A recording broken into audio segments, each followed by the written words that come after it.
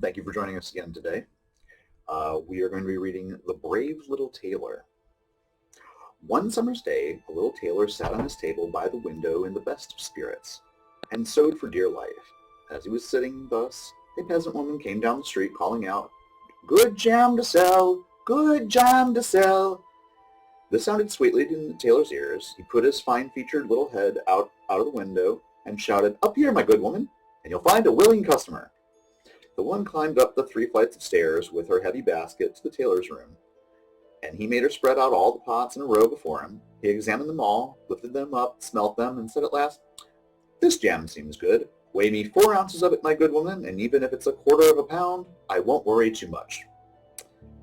The woman, who had hoped to find a good customer, gave him what he wanted, but went away grumbling wrathfully. "Now heaven shall bless this jam for my use," cried the little tailor, "and it shall sustain me and strengthen me." He fetched some bread out of a cupboard, cut a round off the loaf, and spread the jam on it. "That won't taste amiss, but I'll finish that waistcoat first before I take a bite." He placed the bread beside him, went on sewing, and out of the lightness of his heart kept on making his stitches bigger and bigger. In the meantime, the smell of the sweet jam rose to the ceiling where heaps of flies were sitting, and attracted them to such an extent that they swarmed on it in masses. "Who invited you?" said the tailor, and chased the unwelcome guests away. But the flies refused to let themselves be warned off, and returned again in even greater numbers. At last the little tailor, losing all patience, reached out of his chimney corner for a duster, and exclaiming, "Wait now, and I'll give it to you," beat them mercilessly with it. When he left off, he counted the slain, and no fewer than 7 lay dead before him with outstretched legs. "What a fellow I am," he said, and was filled with admiration at his own courage. "The whole town must know about this." And in great haste, the little tailor cut out a belt, hemmed it, and embroidered the front area with big letters, 7 at one blow. "What do I say to the town? The whole world shall hear of this," he said, and his heart beat for joy as a lamb wags his tail. The tailor strapped the belt around his waist and set out into the world, for he considered his workroom too small a field for his prowess. Before he set forth, he looked around about him to see if there was anything in the house he should take with him on his journey. But he found nothing except an old cheese, which he took possession of. In front of the house he observed a bird that had been caught in some bushes. This he put into his wallet beside the cheese. Then he went on his way merrily, and being light and agile, he never felt tired. His way led up a hill, and on top of the hill sat a powerful giant, who was calmly surveying the landscape. The little tailor went up to him and greeted him cheerfully, saying, "Good day, friend. There you sit at your ease, viewing the whole wide world. I'm just on my way there. What do you say to accompanying me?" The giant looked contemptuously at the tailor and said, "You ragamuffin, you miserable oaf." "That's a good joke," answered the little tailor, and unbuttoning his coat, showed off the giant his belt. "There now, you can read what sort of fellow I am." The giant read 7 at one blow, and thinking they were human beings whom the tailor had slain, he conceived a certain respect for the little man. But first he thought he'd test him. So taking up a stone in his hand, he squeezed it until drops of water ran out. "Now you do the same," said the giant, "if you've really got any strength." "Is that all?" said the little tailor. "That's child's play to me." So he dived into his wallet and brought out the cheese, and pressed it until the whey ran out. "There! That was rather better than yours, wasn't it?" The giant didn't know what to reply, for he couldn't have believed it of the little fellow. To prove him again, the giant lifted a stone and threw it so high that the eye could hardly follow it. "Now, my little pygmy, let me see you do that." "Well thrown," said the tailor. "But after all, your stone fell to the ground. I'll throw one that won't come down at all." He dived into his wallet again, and grasping the bird in his hand, threw it up into the air. The bird, rejoicing to be free, soared up into the sky and flew away, never to return. "Well, what do you think of that little piece of business, friend?" asked the tailor. "You can certainly throw," said the giant. "But now let's see if you can carry a proper weight." With these words, he led the tailor to a huge oak tree which had been felled to the ground. He said, "If you are strong enough, help me to carry the tree out of the wood." "Most certainly," said the little tailor. "Just you take the trunk on your shoulder, and I'll bear the top and the branches, which is certainly the heaviest part." The giant laid the trunk on his shoulder, but the tailor sat at his ease among the branches, and the giant, who couldn't see what was going on behind him, had to carry the whole tree.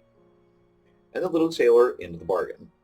There he sat behind in the best of spirits, whistling a tune as if carrying the tree were mere sport. The giant, after dragging the heavy tree for some time, could go no further and shouted, "Hi! I must let the tree fall." The tailor sprang nimbly down, seized the tree with both hands as if he had been carrying it the whole way, and he said to the giant, "Fancy a big lout like you not being able to carry a tree." They continued to go on their way together. As they passed by a cherry tree, the giant grasped the top of it, where the ripest fruit hung, gave the branches into the tailor's hand, and bade him eat. But the little tailor was far too weak to hold the tree down, and when the giant let go, the tree swung back into the air, bearing the little tailor with it. When he had fallen to the ground without hurting himself, the giant said, "What? Do you mean to tell me you haven't the strength to hold down a feeble twig?" "It wasn't strength that was wanting," replied the tailor.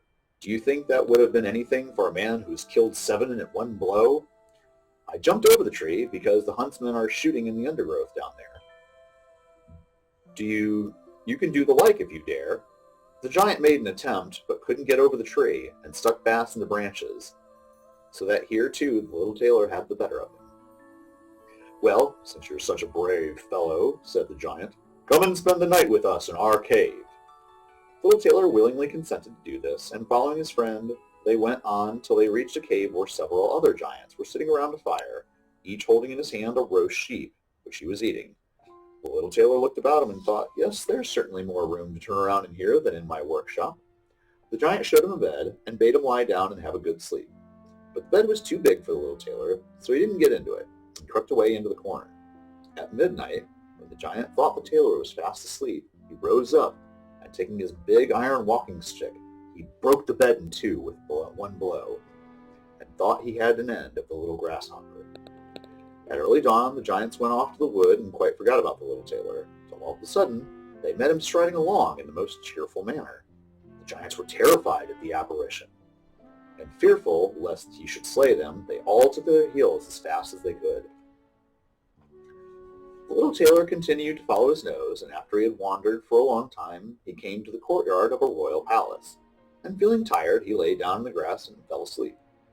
While he lay there, people came and, looking him over, read on his belt, 7 at one blow.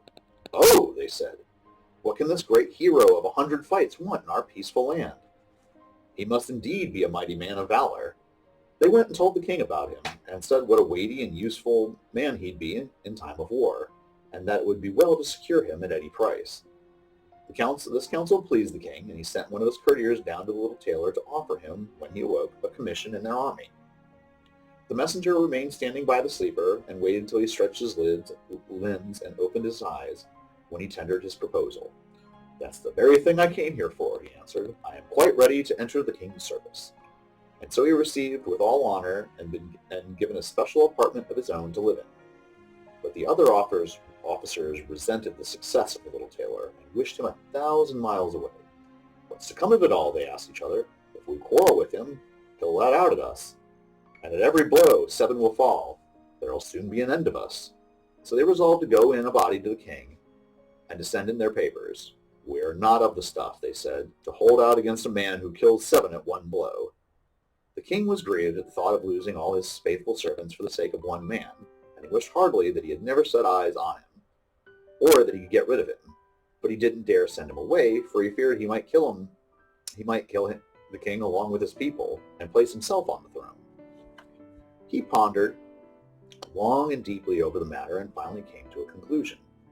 He sent for the tailor, and told him that, seeing what a great and warlike hero he was about to make him an offer.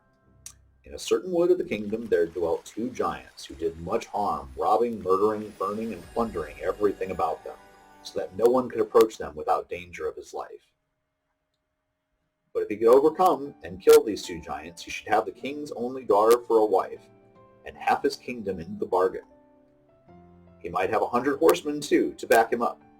"That's the very thing for a man like me," thought the little tailor. "One doesn't get the offer of a beautiful princess and half a kingdom every day." he answered. I'll soon put an end to the giants. But I haven't the smallest need of your 100 horsemen. A fellow who can slay 7 at one blow need not be afraid of 2. The tailor set out, and the 100 horsemen followed him.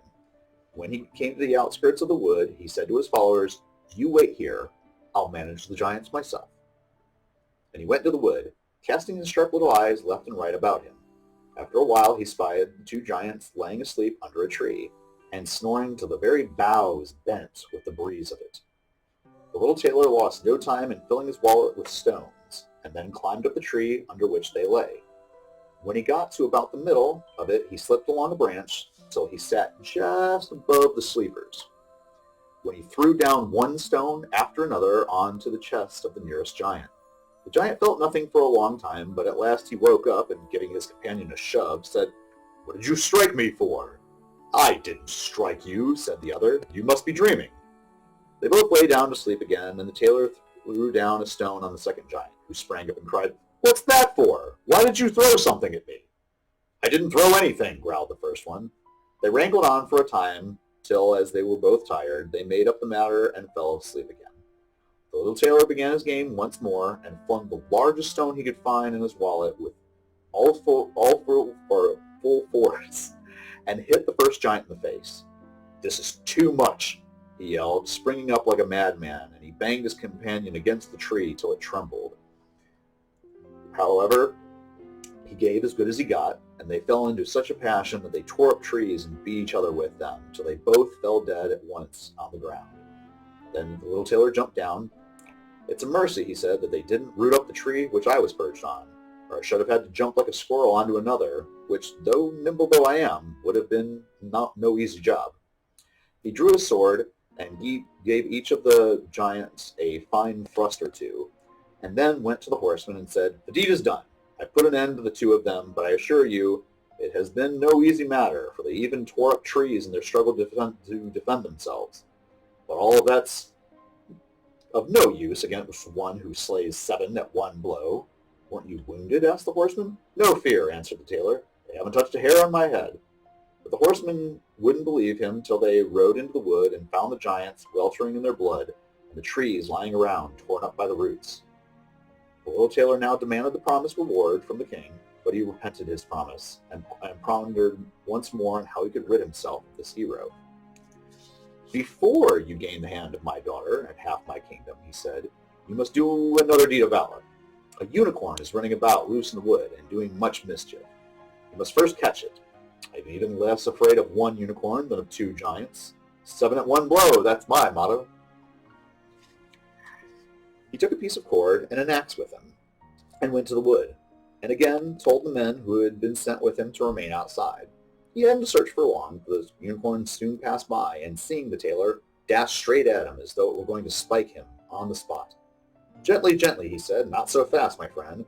And standing still, he waited till the beast was quite near.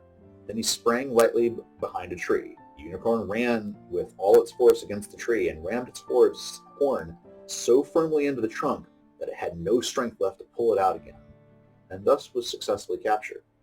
Now I've caught my little bird, said the tailor, and he came out from behind the tree, placed the cord around the unicorn's neck, and then struck the horn out of the tree with his axe. And when everything was in order, he led the beast back to the king. Still, the king didn't want to give him the promised reward and made a third demand. The tailor was to catch a wild boar for him that had done a great deal of harm in the wood, and he might have the huntsman to help him. Willingly, said the tailor, that's mere child's play. But he didn't take the huntsman into the wood with him, and they were well enough pleased to remain behind, for the wild boar had often received them in a manner which did not make them desire its further acquaintance. As soon as the boar perceived the tailor, it ran at him with foaming mouth and gleaming teeth, and tried to knock him down. But our nimble little friend ran into a chapel that stood near, and got out of the window again with a jump. The boar pursued him into the church, but the tailor skipped around to the door and closed it securely. So the raging beast was caught, for it was far too heavy and large to spring out of the window. The little tailor summoned the huntsmen together so they might see the prisoner with their own eyes. Then the hero betook himself back to the king, and was obliged now, whether he liked it or not, to keep his promise, and to give the hand of his daughter and half his kingdom. Had he known that no hero warrior but only a little tailor stood before him, he would have taken it even more to heart. So the wedding was celebrated with much splendor and little joy, and the tailor became a king. After a time, the queen heard her husband saying one night in his sleep, "My lad, get on that with that waistcoat and patch those trousers." Thus she learnt in what rank the young gentleman had been born, and the next day she poured forth her woes to her father, and begged him to help her get rid of a husband who was nothing more than a tailor. The king comforted her and said, "Leave your bedroom door open tonight. My servants shall stand outside, and when your husband is fast asleep, they shall enter, bind him fast, carry him on a ship, which will sail away to distant lands." The queen was well satisfied with the idea, but the armor-bearer, who had overheard everything, being much attached to his young master, went straight to him and revealed the whole plot. "I'll soon put a stop to that business," said the tailor. That night he and his wife went to bed at the usual time, and when she thought he had fallen asleep, she got up, opened the door, and then lay down again. The little tailor, who had only pretended to be asleep, began to call out in a clear voice, "My lad, get on with that waistcoat and patch those trousers. I've killed 7 at one blow, slain 2 giants, led a unicorn captive, and caught the wild boar. Then why should I be afraid of those men standing outside my door?" The men, when they heard the tailor saying these words, were so terrified that they fled as if pursued by a wild army, and didn't dare go near him again. So the little tailor was and remained a king all the days of his life.